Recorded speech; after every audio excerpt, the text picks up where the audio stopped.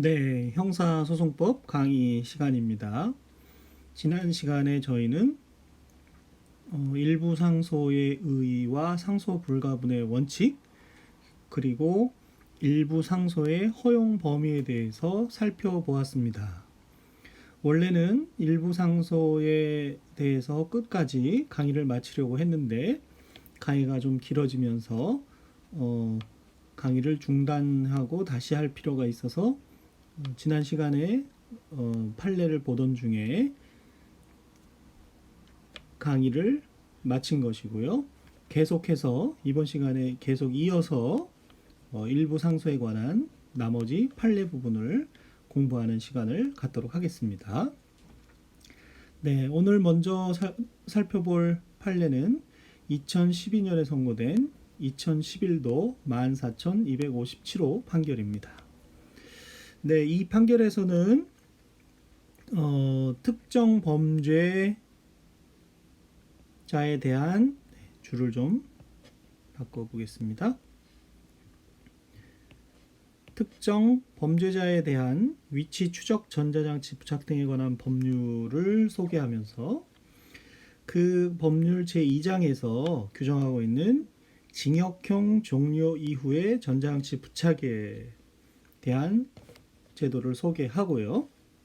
그 다음에 같은 법 제4장에서 규정하고 있는 형을 집행유예하는 경우에 부착명령의 제도에 대해서 판례가 설명하고 있습니다. 이제 그 당시 이런 법률들이 개정되면서 부착명령에 대한 것이 쟁점이 되었던 그런 시절의 판례이기 때문에 그 판례에 대해서 설명을 하면서 제2장에서 규정하고 있는 징역형 종료 이후의 전자장치 부착과 제4장에서 규정하고 있는 형의 집행유예에 따른 부착명령이 서로 다른 것이다 라는 그 성질과 요건이 다르다는 것을 설명을 하고서 제4장에서 여기서 말하는 형의 집행유예와 부착명령에서 말하는 제4장의 부착명령에 관해서 결론적으로 보호관찰부 집행유예를 선고하는 경우에 부착명령을 할 수 있는데 그 보호관찰부 집행유예와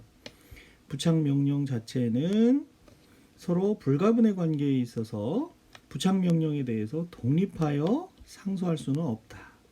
부착명령과 보호관찰부 집행유예 판결이 불가분의 관계에 있어서 서로 일부 상소가 안 되는 상소 불가분의 원칙이 적용되는 관계에 있다는 것을 설명을 한 그런 판례가 되겠습니다. 부착명령, 그러니까 집행유예에 따르는 부착명령과 보호관찰부 집행유예가 불가분의 관계에 있다고 해서 보호관찰부 집행유예를 명할 때 반드시 부착명령을 행해야 하는 것은 아니고 그와 같은 부착명령은 법원의 재량사항에 속한다는 것입니다. 그래서 보호관찰부 집행유예를 선고하면서 전자장치 부착을 하지 않은 것이 위법하다 이런 주장을 했는데 그와 같은 검사의 주장은 이유가 없다라고 했던 그런 판례지요. 불가분의 관계에 있다는 것과 그것을 선고할지 말지는 재량이냐의 문제는 별개의 문제지요. 예를 들어서 몰수 추징이 주형과 불가분의 관계에 있다 그래서 몰수 추징을 임의적 몰수 같은 경우에 반드시 선고해야 되는 것은 아니니까요. 그런 점을 생각해 보면 판례의 취지를 이해할 수 있으실 겁니다. 그 다음으로 2011년 8월 25일 선고된 2011도 6705 판결을 보도록 하겠습니다.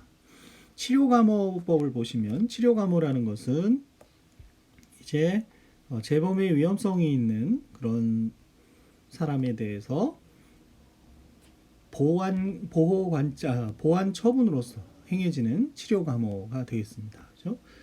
질병을 치료할 필요가 있다든지 중독성을 치료할 필요가 주로 중독성 같은 거죠. 중독성을 치료할 필요가 있을 경우에 피고 사건과는 별도로 형사 피고 사건과는 별도로 또 보완 처분의 일종으로서 치료 감호 청구를 검사가 할 수 있는 것이죠. 그래서 치료감호법에 보시면 피고 사건의 판결에 대하여 상소 및 상소의 폭이 취하가 있을 때에는 치료 감호 청구 사건의 판결에 대하여도 상소 및 상소의 폭이 취하가 있는 것으로 본다. 그러니 피고 사건에 대해서 상소를 제기하거나 상소 포기 취하를 하면 바로 치료 감호 청구 사건에도 영향을 미치는 것으로, 동시에 영향을 미치는 것을 알 수 있습니다. 물론 치료 감호 청구 사건에 관해서 상소가 의제되는 규정은 피고 사건에 대해서 상소를 했을 때 또는 포기 취하를 했을 때 치료 감호 청구 사건에 대해서도 상소 또는 포기 취하가 있는 것으로 간주하는 규정은 치료 감호 청구 사건에 관하여 상소의 이익이 있는 때 적용되는 것으로 보는 것은 상소의 법리상 당연하다고 할 수 있겠지요.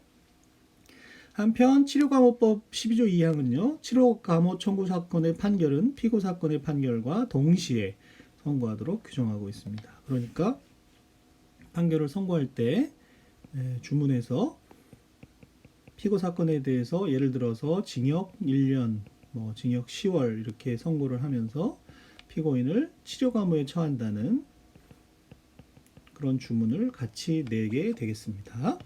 자, 이 사건에서는 어떻게 문제가 됐습니까? 유해화학물질관리법 위반, 환각물질 흡입, 본드 같은 거 있지 않습니까? 중독성이 강한 환각작용을 일으키는 본드 같은 걸 흡입하는 경우에 문제가 될 수 있는데, 이 사건에서는 징역 1년 6월과, 그렇죠? 징역 1년 6월과 그 다음에 몰수하고 치료감호를 선고받았습니다.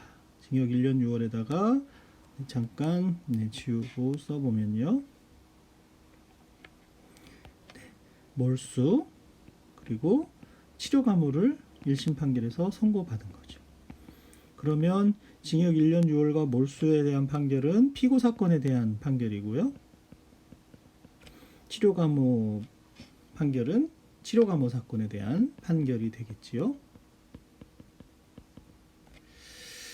그래서 1심 판결에 대해서 검사만 항소를 했는데 이제 검사가 항소를 하게 된 거죠. 1심 판결에 대해서 검사만 항소를 했는데 항소심에서는 검사의 주장을 받아들여서 양형부당을 이유로 해서 항소했는데 1심 판결 중에서 피고 사건을 파기하고 피고인에 대하여 징역 2년, 징역 1년이 너무 가볍다고 인정이 돼서 징역 2년 그리고 몰수를 선고했는데 항소심에서요. 치료 감호에 대해서는 아무런 선고를 하지 않았던 사건이죠. 이런 사건에서 보면 4848에서 보시는 것처럼 제1심에서 피고 사건에 대한 유죄 판결과 함께 치료 감호 청구를 인용하는 판결이 선고되었고 비록 검사만이 제1심 판결의 피고 사건에 대하여만 양형부당을 이유로 항소하였다 하더라도 검사는 원래 피고인에게 불이익한 상소만이 아니라 피고인의 이익을 위한 상소도 가능하므로 치료감호 청구 사건에 대한 치료감호 사건에 대한 항소의 이익도 있겠지요. 그러니까 앞서 본 것처럼 피고 사건에 대해서 상소의 제기가 있으면 치료감호 사건에 대해서도 상소의 제기가 있는 것을 간주하고 그런 경우 치료감호가 기각이 될 수 있다 그러면 피고인에도 이익이 되니까 결국 4849에서 보시는 것처럼 이러한 경우 원심으로서는 치료감호 청구 사건의 판결에 대하여도 항소가 있는 것으로 봐야 되겠죠. 상소 의제 규정이 적용이 돼서 그래서 피고인에 대한 피고 사건의 판결과 동시에 항소심에서도 이 치료감호 부분에 대해서 선고를 했어야 된다는 이야기가 되겠죠. 그럼에도 불구하고 치료감호 청구 사건에 대해서 항소심에서 아무런 판단이나 선고를 하지 않았기 때문에 그에 대한 위법이 있다라고 인정했던 사건입니다. 결국 치료감호 사건과 피고 사건의 불가분의 관계를 확인할 수 있는 그런 판결이라고 할 수 있겠습니다. 그 다음 2011년 4월 14일 선고된 2011도 453호 판결을 보시면 이 판결에서는 먼저 4851을 확인해 보겠습니다. 형벌법규는 문헌에 따라 엄격하게 해석 적용하여야 하고 그렇죠. 피고인에게 불리한 방향으로 지나치게 확장 해석하거나 유추 해석하는 것은 죄형 법정주의에 반한다고 보여집니다. 그렇죠. 그렇지만 형벌법규 해석에 있어서도 법률 문헌의 통상적인 의미를 벗어나지 않는다면은 그 법률의 입법 취지나 목적, 입법 연역 등을 고려한 목적론적 해석이 배제되는 것은 아니다. 목적론적 해석은 가능하다. 그럼 왜 이와 같은 법리를 앞에 판시를 했냐 하면은 이 당시에 2011년 무렵 당시에 이제 2009년부터 아동 청소년 성보호법이라든지 아동 청소년 성보호법 이런 것들이 개정이 되면서 신상정보 열람제도라든지 신상정보 열람이라든지 신상정보 공개제도, 열람이라는 건 단순히 이렇게 보는 것 아니겠습니까? 그에 비해서 공개라는 것은 불특정 다수니 볼 수 있도록 신상정보를 공개하는 그런 제도가 생겼던 무렵에 문제가 되었던 것입니다. 그래서 열람 대상자로 되었던 사람이 여기 제가 줄을 쳐놨죠. 신상정보 열람 대상이었던 범죄자에 대해서 신상정보를 공개하는 명령제도를 소급 적용하도록 그런 법령이 만들어졌는데, 법률이 그런 해석으로 가능하냐, 정보 열람 대상이었던 범죄가 폐지되면서 정보 공개 대상이 되었을 때, 신상정보 공개 대상이 되었을 때 소급해서 적용할 수 있느냐가 문제가 되었는데, 앞서 본 바와 같은 그런 법리를 설치하면서 그 입법 취지라든지 입법 목적이나 입법 연역 등을 비교해 보면서 신상정보 공개 대상에 해당한다라고 그렇게 판시했던 사안입니다. 그러면서 저희가 이제 일부 상소와 관련해서 같이 보아야 하는 부분은 신상정보 공개 명령이, 그렇죠? 신상정보 공개 명령이 성범죄 사건의 판결과 동시에 선고하는 부수 처분이다. 성범죄 피고 사건의 판결에서 동시에 선고하면서 공개 명령의 전부 또는 일부가 위법한 경우 피고 사건 부분에 위법이 없다 하더라도 그 부분까지 전부 파기될 수밖에 없다. 즉, 그 공개 명령은 성범죄 사건, 관련 범죄 사건 피고 사건의 판결과 불가분의 관계에 있어서 그 공개 명령에 대해서만 별도로 다투는 것이 아니라 사건 판결 전부에 대해서 상소의 효력이 미치고 그에 대해서 판단을 해야 된다. 이렇게 판시한 사안으로 볼 수 있겠습니다.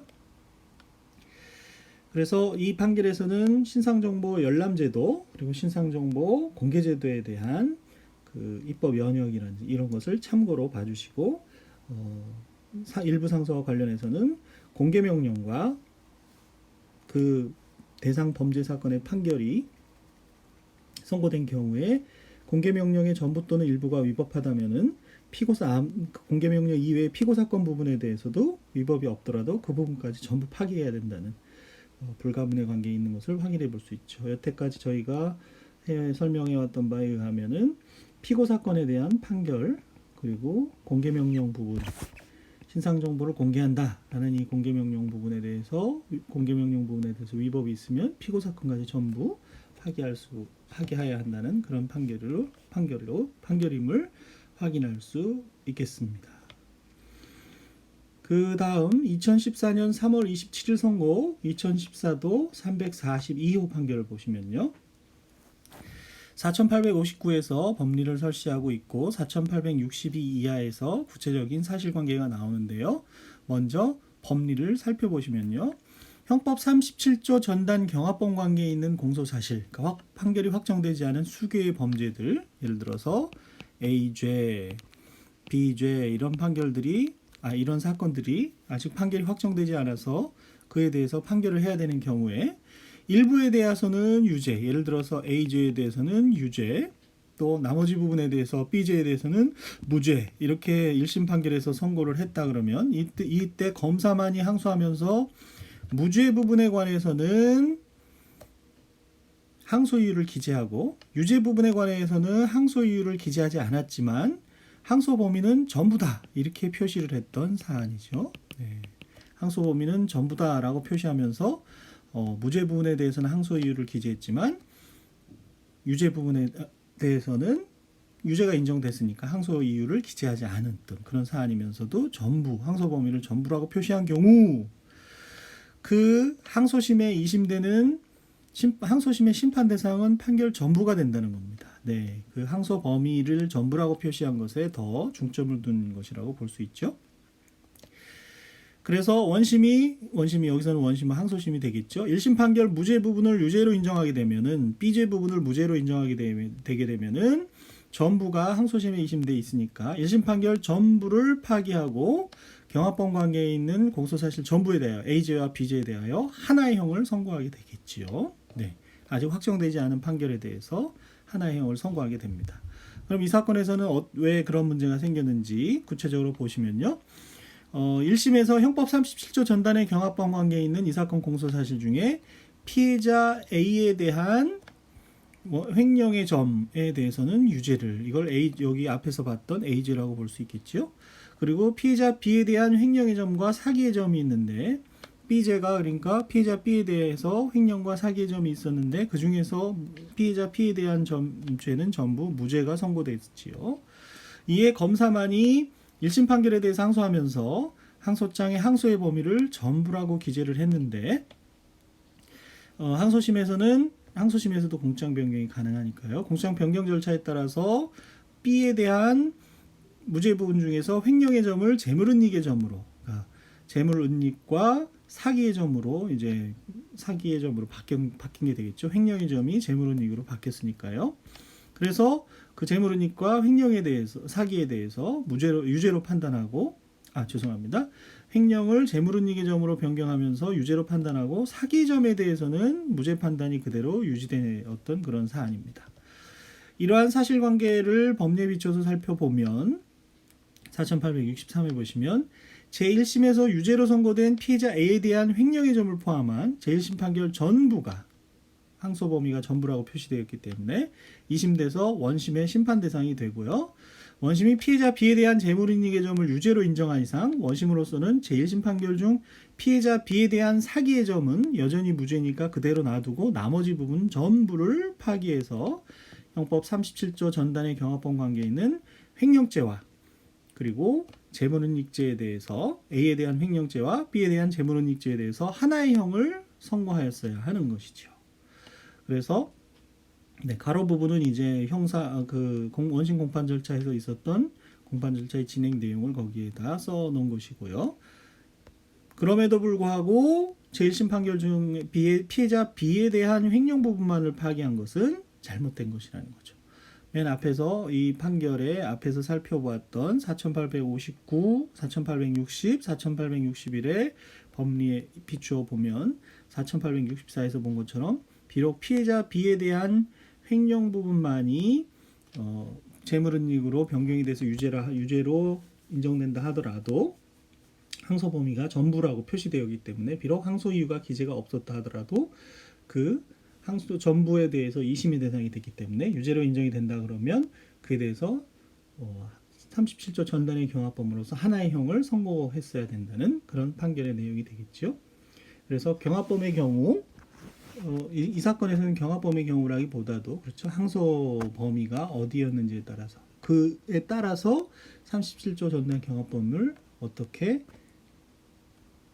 처리해야 되는지에 대한 얘기가 되겠습니다. 그래서 일부 상소 부분이 지금 굉장히 좀 어렵게 느껴질 수 있는데 형법 총론에서 배웠던 죄수론이나 형법 총론의 형벌론에 대한 이해가 선행이 되어야 이 일부 상소에 대한 법리를 더 좀 쉽게 이해할 수 있는 경우가 되겠습니다. 그래서 잘 이해가 안 되시는 분들은 형법 총론의 죄수론과 형벌론 부분을 다시 한번 복습하는 기회로 삼으면 좋겠다, 이런 말씀을 드리고요. 그 다음 아래 판결을 읽고 상상적 경합관계에 있어서 피고인이 상소한 경우 심판 범위가 어떻게 되는지 한번 검토를 해보겠습니다. 1980년에 선고된 80도 384 전원합의체 판결인데요. 판결 내용은 피고인들이 주범인 여기서는 최동식이라고 그냥 가칭 최동식이라고 하겠습니다. 최동식이라는 사람이 석유를 판매하면서 휘발유에다가 벤젠이나 솔벤트 등 유사 석유 제품을 섞어서 품질을 저하시켜 이를 정상 휘발유인 것으로 기망하여 판매함으로써 특별법인 석유사업법 위반죄 및 정상유처럼 속였기 때문에 사기죄 2개를 저지른 것이다. 그에 대해서 피고인들이 가공을 해서 결국 석유사업법 위반 사기 방조죄와 석유사업법 위반 방조죄로 기소가 됐는데, 석유사업법 위반 방조죄에 대해서는 주체성이 없어서 범죄 주체성이 없어서 형립 무죄가 되고 사기 방조죄에 대해서는 유죄를 인정한 그런 사건입니다. 그런데 원심에서는 이 사기 방조죄와 석유사업법 위반 방조죄를 형법 37조 전단의 경합범 관계에 있다 이렇게 봤던 사안이죠.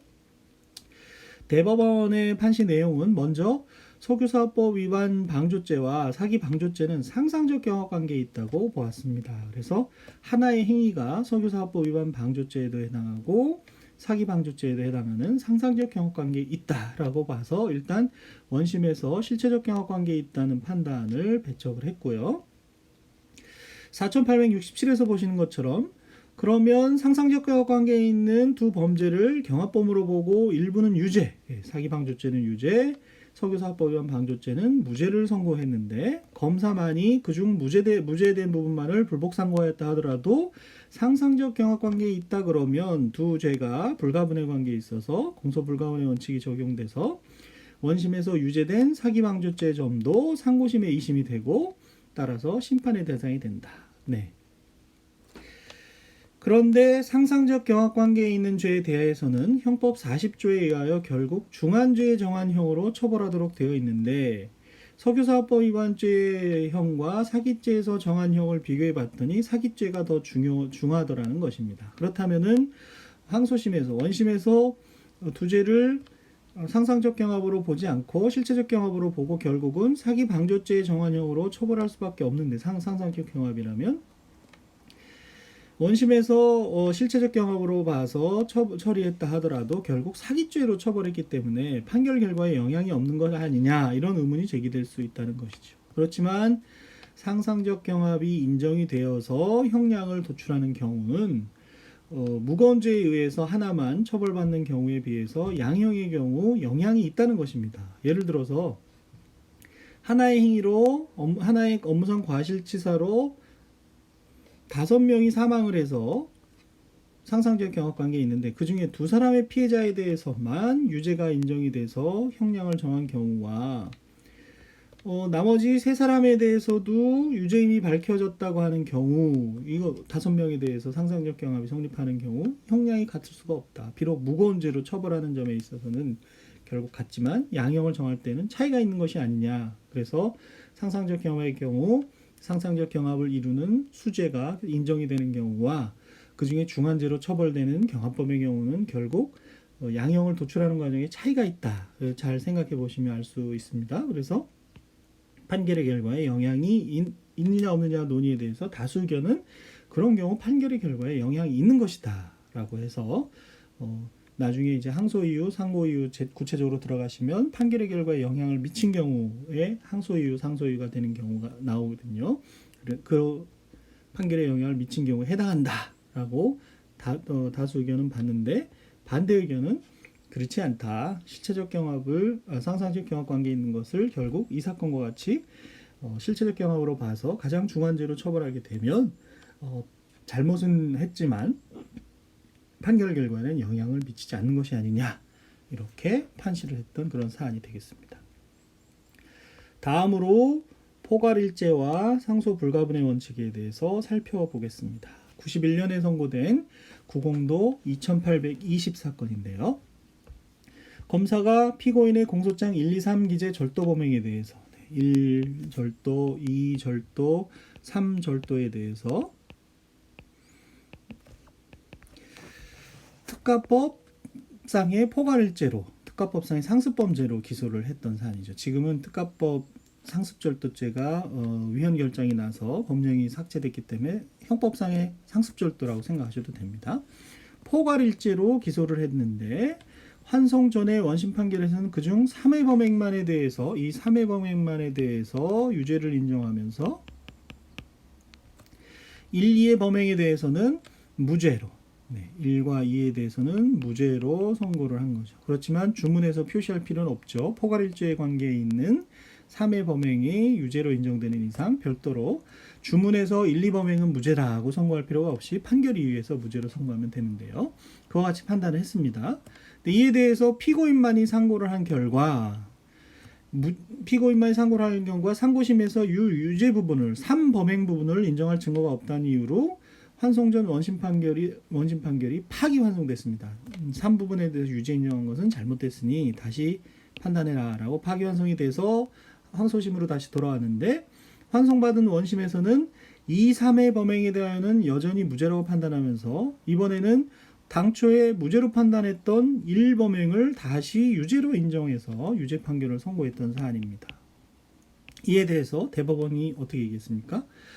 그러나 그와 같이 환송 전 원심에서 포괄일죄의 일부만이 유죄로 인정된 경우 3의 범행만이요, 그 유죄 부분에 대하여 피고인만이 상고하였을 뿐 무죄 부분에 대하여 검사가 상고를 하지 않았다면 상소 불가분의 원칙에 의하여 포괄일죄니까요, 비록 1, 2 절도 범행에 대한 무죄 부분도 상고심에 이심되기는 하나 그 부분은 이미 당사자 간의 공격 방어의 대상으로부터 벗어나서 사실상 심판 대상에서부터도 벗어나게 돼요. 이심은 되지만 사실상 그 부분은 다툼이 없어서 심판 대상에서 벗어나 있기 때문에 상고심으로서도 그 무죄 부분에 대하여 판단을 나아갈 수는 없다. 1, 2 부분에 대해서는. 그러니까 상고심으로부터 3 유죄 부분에 대해서 원심 판결이 잘못되었다는 이유로 사건을 파기환송받은 법원은 그 무죄 부분에 대하여 다시 심리 판단에서 유죄를 선고할 수 없다. 네. 상고 1, 2 부분도 상고심의 심판이 대상이 되지만 1, 2 부분에 대해서는 검사도 피고인도 다툰 바가 없기 때문에 그에 대해서는 사실상 법률상으로는 상고심에 이심이 되었지만 사실상 심판 대상에서 벗어나 있기 때문에 그 부분을 대법원에서 심판할 수 없고 물론 환송받은 법원에서도 심판할 수 없다. 그런 얘기가 되겠습니다. 그러니까 2심의 대상이 되는 것과 심판 대상에서 사실상 벗어나 있다는 이 표현을 잘 구별을 해 놓으셔야 되겠습니다. 1, 2 부분에 대해서는 포괄일죄라는 이유로 상고심에 이심되지만 1, 2 부분에 대해서는 서로 다툰 바가 없기 때문에 사실상 심판 대상에서 벗어나 있다. 이렇게 보는 것이죠. 그래서 소송 항소 불가분의 원칙과 공소 불가분의 원칙에 대해서 저희가 공소제기 방식과 효력에서 공소 불가분의 원칙에 대해서 봤는데 이와 같은 차이점이 있을 수 있습니다. 상소 불가분의 원칙은 공소 불가분의 원칙과 동일하지 않습니다. 즉, 한 개의 사건도 판결 주문이 나뉘어져 있으면 한 개 사건이라 하더라도 그 죄에 대해서 주문이 여러 개가 나오면 상소관계에서는 주문에 따라서 분할해서 취급이 될 수 있고, 한편 여러 개 사건이라 하더라도 주문이 한 개가 되어버리면 상소관계에서는 불가문이 되는 것이죠. 예를 들어서 실체적 경합관계에 있는 A죄, B죄에 대해서 하나의 형이 선고된 경우 그렇게 되는 것이죠. 또 항소 기각의 판결은 주문이 한 개이지만 항소를 기각한다라고 하지만 1심 판결의 확인에 불과한 것이므로 1심 판결이 가분적이면 상소관계에서도 가분적인 것으로 보아야 할 것이다 라는 설명이 있습니다. 이 설명 그 자체보다는 저희가 지금까지 공부하고 있는 상소 불가분의 원칙과 공소 불가분의 원칙에 대해서 다시 한번 생각해 볼 수 있는 부분이죠. 자, 이 4873에서도 볼 수 있는 것과 같이 상소심에 이심되는 것과 그 부분이 사실상 심판 대상에서 벗어나는 것에 대해서 살펴봤는데 비슷한 논의가 아래 판결에서도 등장을 하게 되는데요. 대법원 2006년 5월 25일 선고된 2006도 1146 판결을 보도록 하겠습니다. 이 판결이 아니라 그 다음 판결이네요. 2006도 1146 판결에서는 주의적, 예비적 공소사실의 일부에 대한 상수제기의 효력이 나머지 공소사실 부분에 대하여도 미친다는 것이고요. 그 아래 부분에서 상소심의 심판 대상에 대해서 다시 살펴보도록 하겠습니다. 4876에서 설명하는 바와 같이 2006도 1146 판결은 주의적, 예비적 공소사실에 대해서 상소제기의 효력이 나머지 공소사실 부분에 대해서도 미친다는 것입니다. 이 사건의 경우에는 주의적으로 뇌물 공여죄, 그 금품을 수수한 사람이 공무원의 신분에 있다라고 생각이 돼서 주의적으로는 뇌물 공여, 만약에 공무원의 신분에 있지 않다 그러면 예비적으로 배임 증죄에 해당한다고 해서 기소가 되었던 사안입니다.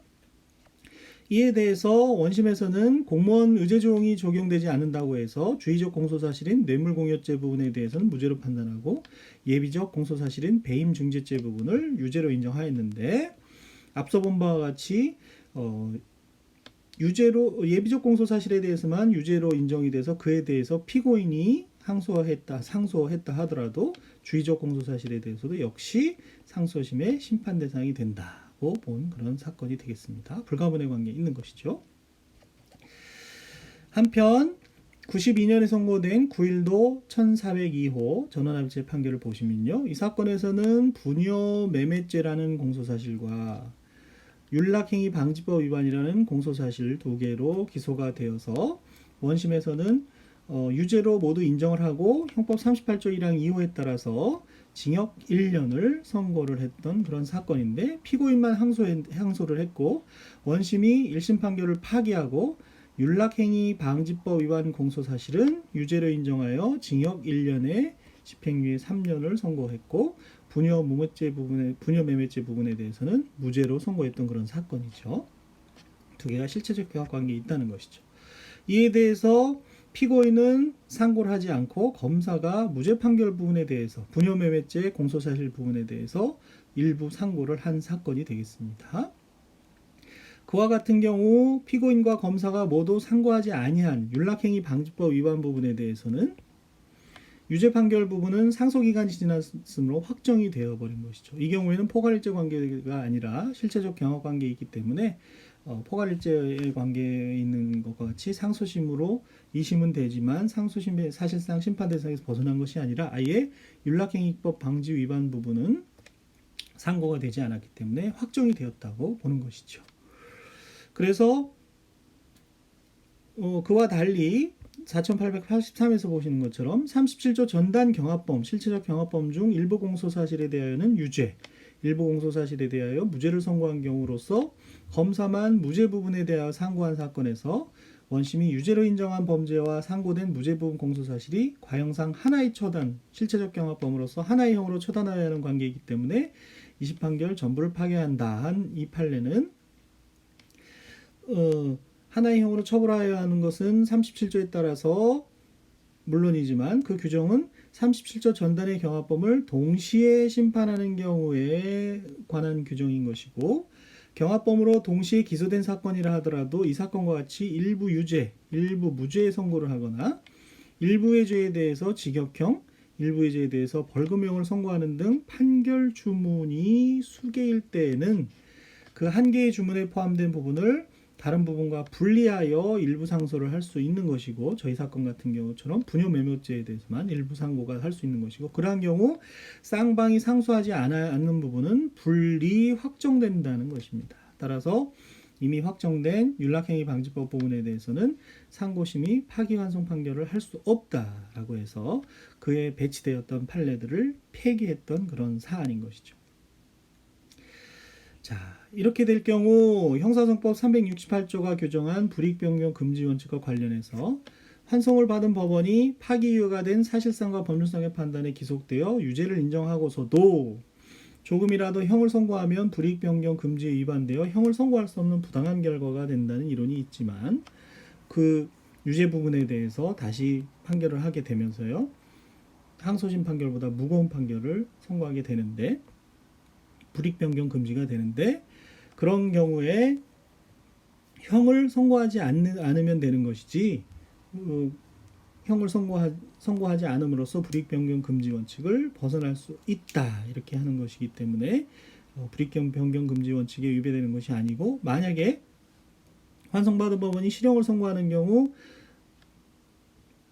아무런 형을 선고하지 않음으로써 불이익변경 금지 원칙을 벗어날 수 있고 만약에 환송받은 법원이 실형을 선고하게 되면 집행유예가 취소되고 피고인에게 불리하게 된다는 이론이 있지만은 왜냐하면 집행유예 판결 확정 후에 새로운 판결이 선고가 된 거니까요. 집행유예 기간 중에 그런 경우라면은 불이익변경 금지 원칙에 저촉되는 여부를 정함에 있어서 그 형과 집행유예가 취소되어 함께 복형하게 될 형을 합산하여 결정하여야 할 것이고 그러한 사정을 고려하고서도 실형을 선고하는 것이 불이익변경 금지에 위배되지 아니한다면 그건 수용해야 된다 이런 얘기가 되겠습니다. 네, 사건 설명이 좀 복잡해졌는데 기억할 것은 이 부분입니다. 이 부분 분리 확정된다는 부분. 네, 그 경합범으로서 동시에 기소된 사건의 경우 주문이 수개일 때에는 다른 부분과 관련해서 다른 부분과 분리해서 일부 상소를 할 수 있는데 그러한 경우에 당사자 쌍방이 상소하지 않은 부분에 대해서는 그러한 경우 당사자 쌍방이 상소하지 아니한 부분은 분리 확정된다. 부분을 유념해서 보아야 되겠습니다. 불이익 변경 금지 원칙에 대해서는 아래 부분에서 또 다시 살펴볼 것이고요. 그 아무런 형을 선고할 수 없다. 불이익 변경 금지 원칙에 따라서 그 부분도 다음 강의에서 다시 한번 확인하게 되고 여기서는 이 4884 부분을 분리 확정된다는 부분을 잘 이해를 해 놓으셔야 되겠습니다. 이렇게 해서 일부 상소에 대한 나머지 판례 부분을 살펴보았습니다. 네, 설명을 하다 보니 역시 일부 상소가 상당히 어려운 부분인 것 같습니다. 형사소송법에서 공소장 변경 심판의 대상 부분하고 결국 관련이 돼 있죠. 그래서 심판의 대상 부분과에 대한 연장선상이라고도 볼 수 있는 일부 상소, 또 일부 상소의 허용 범위가 좀 어려운 부분이 있는 것 같습니다. 차분하게 다시 그 부분을 공부할 필요성이 있다고 생각이 됩니다. 네, 일부 상소에 대해서는 이 정도로 설명